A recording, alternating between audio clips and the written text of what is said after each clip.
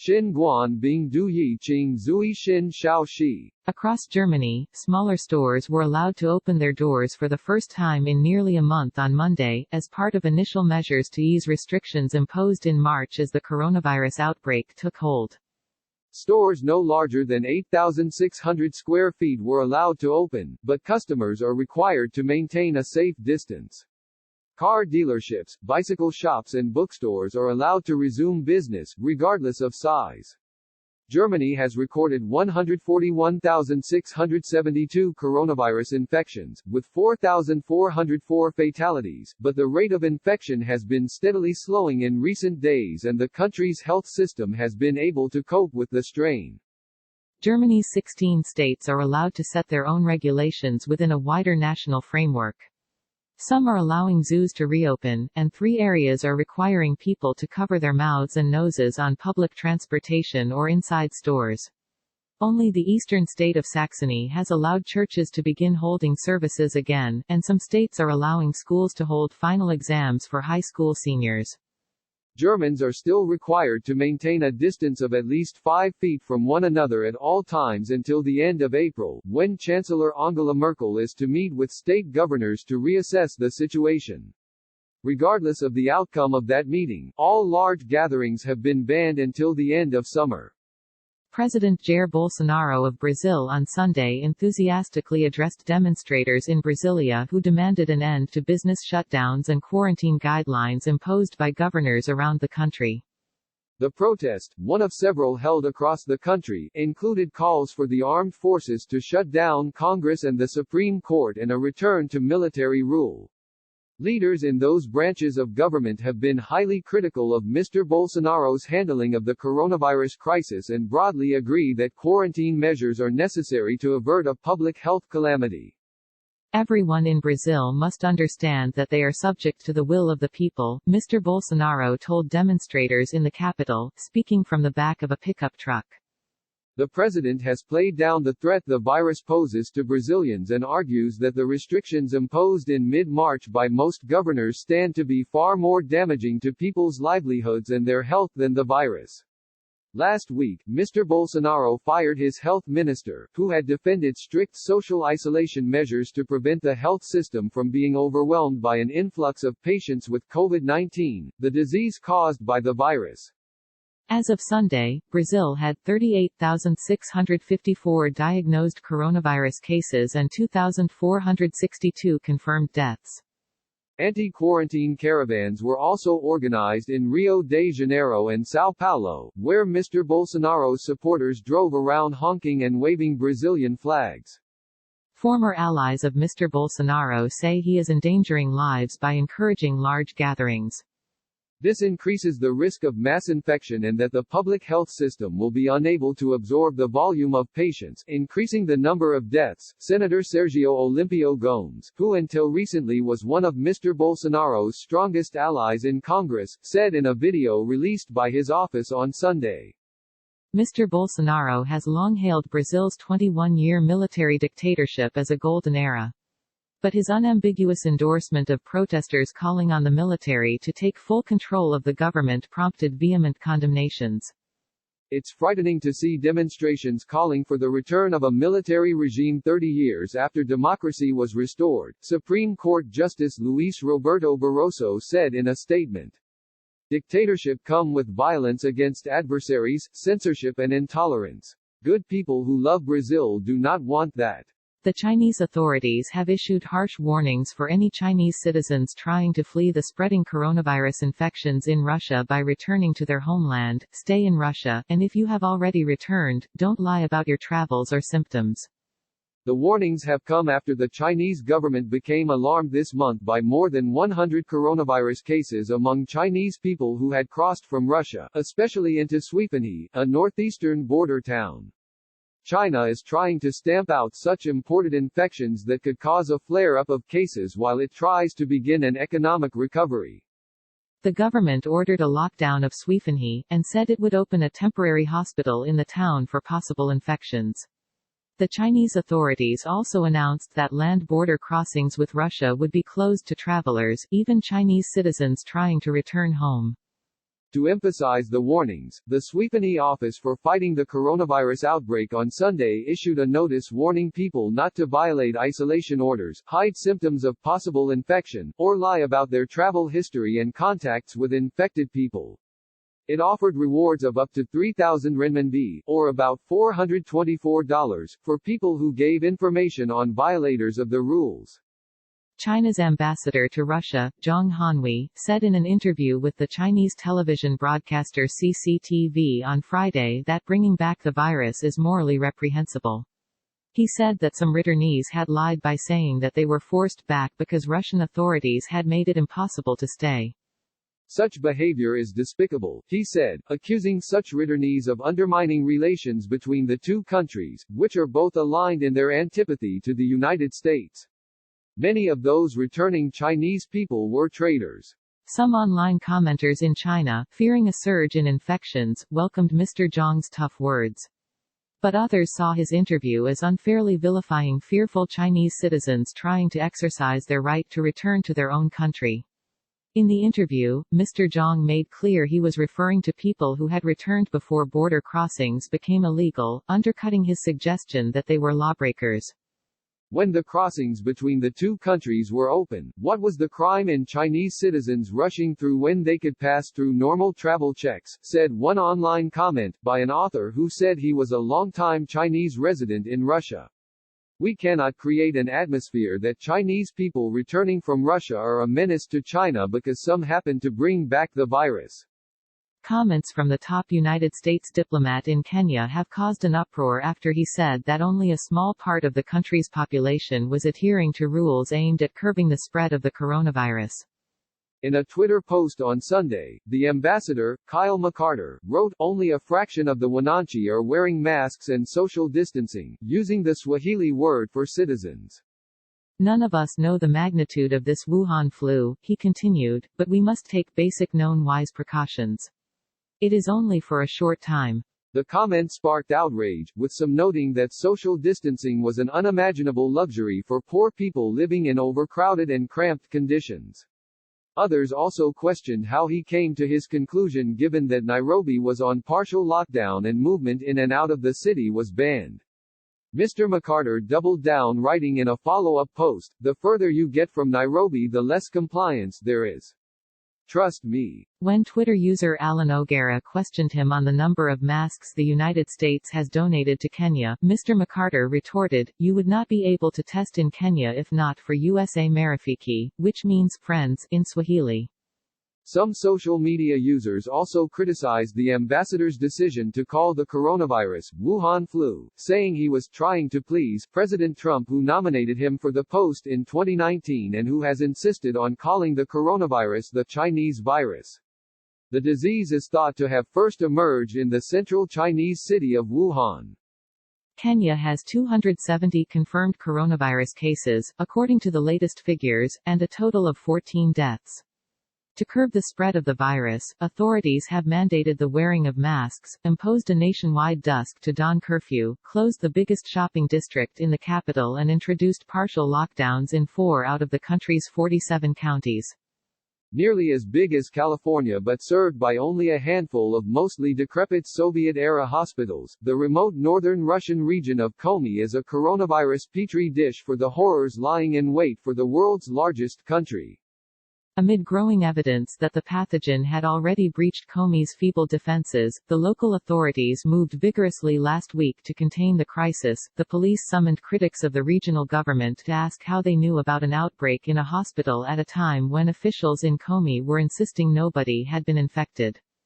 The police intervention was carried out at the behest of Komi's health minister, who was fired last week for mishandling the pandemic. It highlights one of Russia's biggest obstacles as it struggles to control the spread of the virus in its vast and often ramshackle hinterland, a lumbering bureaucratic machine geared first and foremost to protecting officials, even after they lose their jobs, not safeguarding the public or its health. President Vladimir V Putin, in an address to the nation to mark Orthodox Easter on Sunday, assured Russians, the situation is under total control. shortly after he spoke from his country retreat. However, the health authorities reported more than 6,000 new infections across Russia, by far the biggest one-day rise yet, bringing the total to nearly 43,000. More worrying, more than two-thirds of these new cases were outside Moscow, which had previously accounted for the bulk of new infections. After 3 days of claiming there had been no new coronavirus cases, Komi, with a population of under 1 million, on Tuesday reported 97 new infections. That made it Russia's third most infected area after Moscow and St. Petersburg, large cities with far more people and much better hospitals. Komi has since been overtaken by the Nizhny Novgorod region, but has the highest per capita rate of infection after Moscow. After 5 weeks of forced closures, Danish hairdressers will face a rush of overdue root touch-ups and bang trims when they reopen on Monday. Salons are among the small businesses able to open their doors again this week, after Parliament unanimously decided to add them to Denmark's gradual easing of restrictions, which began last week with the reopening of schools for elementary-aged students. The authorities cautioned that the businesses could remain open only if they enforced hand washing, sanitized their facilities and maintained a distance from their clients as much as possible. While the latest steps were welcomed by many Danes, some business owners and employees also voiced concern for their safety. Tattoo artists, driving instructors and physiotherapists whose work requires close contact are also among the businesses allowed to open, sparking concerns over a lack of specific guidelines and access to protective equipment. The easing of restrictions comes after daycares and schools reopened last week, allowing the country's youngest to return to some semblance of normalcy, though under strict hygiene and social distancing rules.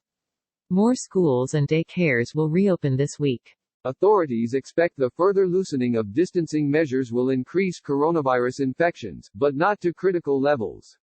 Hospital admissions in the country have decreased from a peak of 535 on April 1 to 319 on Sunday. Denmark had increased its ventilator capacity to 1,260, well above the current need, which on Sunday saw just 93 COVID-19 patients requiring them. Thousands of animals have been left behind amid the pandemic, from Wuhan, China, where the pandemic originated, to Israel and India. In Spain, which is enduring one of the world's biggest and deadliest outbreaks, animal shelters are working to find foster homes for the abandoned pets whose owners were suddenly taken to hospitals. The fates of pets often hang on word of mouth, a neighbor asking around if somebody can help, an emergency worker trying to locate a relative.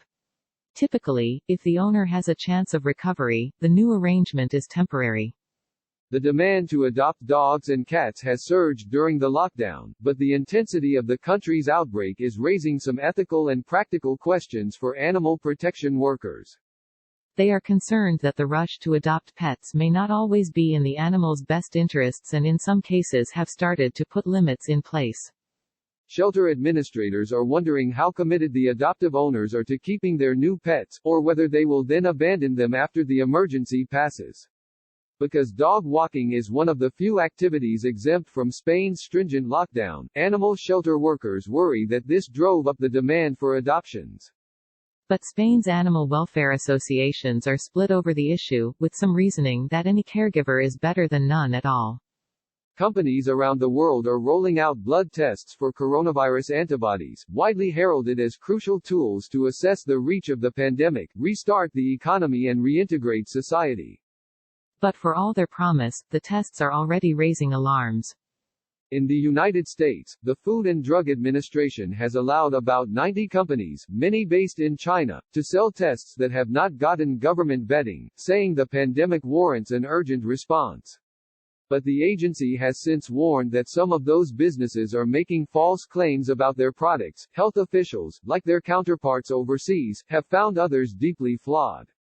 Most tests now available mistakenly flag at least some people as having antibodies when they do not, which could foster a dangerously false belief that those people have immunity. In fact, while higher levels generally mean a stronger physiological response, it is unclear what levels might be needed for immunity to the new coronavirus, or whether any immunity would be lasting. There are several kinds of tests on the market. The easiest to administer, and the most unreliable, are rapid tests, which can give results in minutes. Most are manufactured in China. Reports of countries that quickly bought millions have just as swiftly been followed by accounts of poor performance. The World Health Organization recommends against their use. For example, Britain recently said the millions of rapid tests it had ordered from China were not sensitive enough to detect antibodies except in people who were severely ill. In Spain, the testing push turned into a fiasco last month after the initial batch of kits it received had an accuracy of 30%, rather than the advertised 80%. In Italy, local officials have begun testing even before national authorities have validated the tests.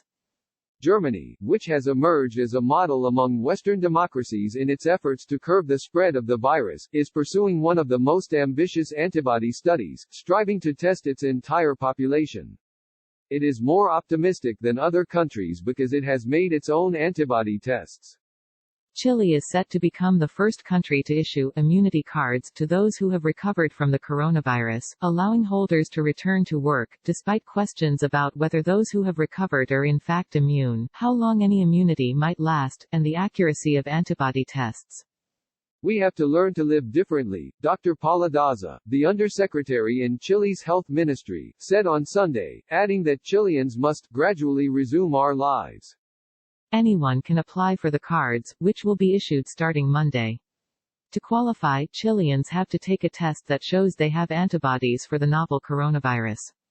Those who have had the disease must be free of symptoms for at least 14 days, or 28, if they have a compromised immune system.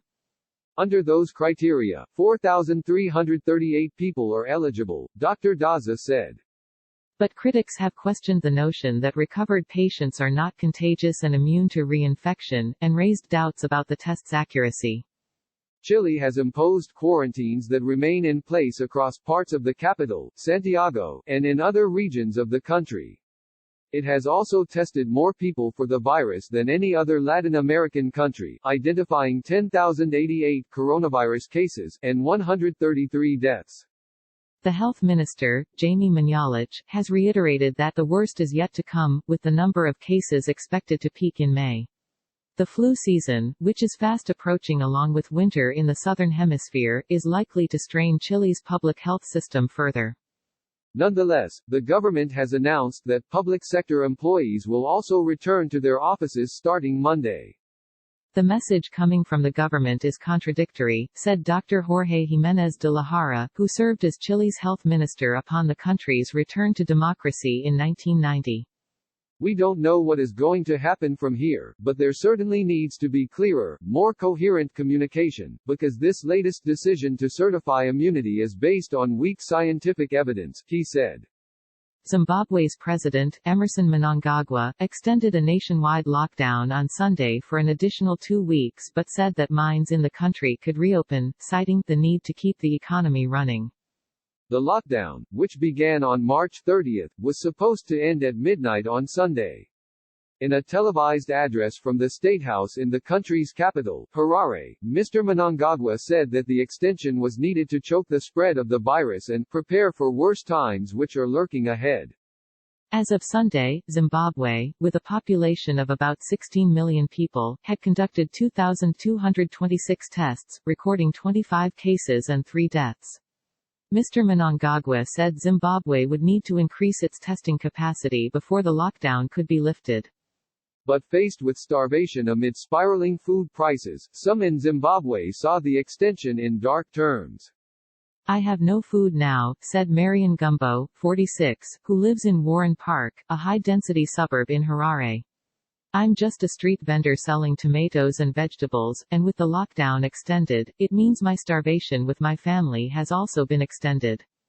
Mining is a big business in Zimbabwe, accounting for roughly 16% of the country's GDP, according to the country's mines ministry. But only some mines had been given permission to operate during the lockdown. In Sunday's announcement, Mr. Mnangagwa also said the government is acutely aware of the need to keep the economy running, albeit at subdued levels. With this objective in mind, government has decided to allow the mining sector to resume or scale up operations, even then within parameters set by the World Health Organization regarding social distancing and other public health safety measures, Mr. Mnangagwa said. Reporting was contributed by Melissa Eddy, Abdi Latif Tahir, Megan Specia, Daniel Victor, Andrew Higgins, Ernesto Londoño, Rafael Minder, Seth Schiesel, Jeffrey Moyo, John Bartlett, Martin Celso Sorensen, Steve Ader, Megan Tuay and Apoorva Mandavili.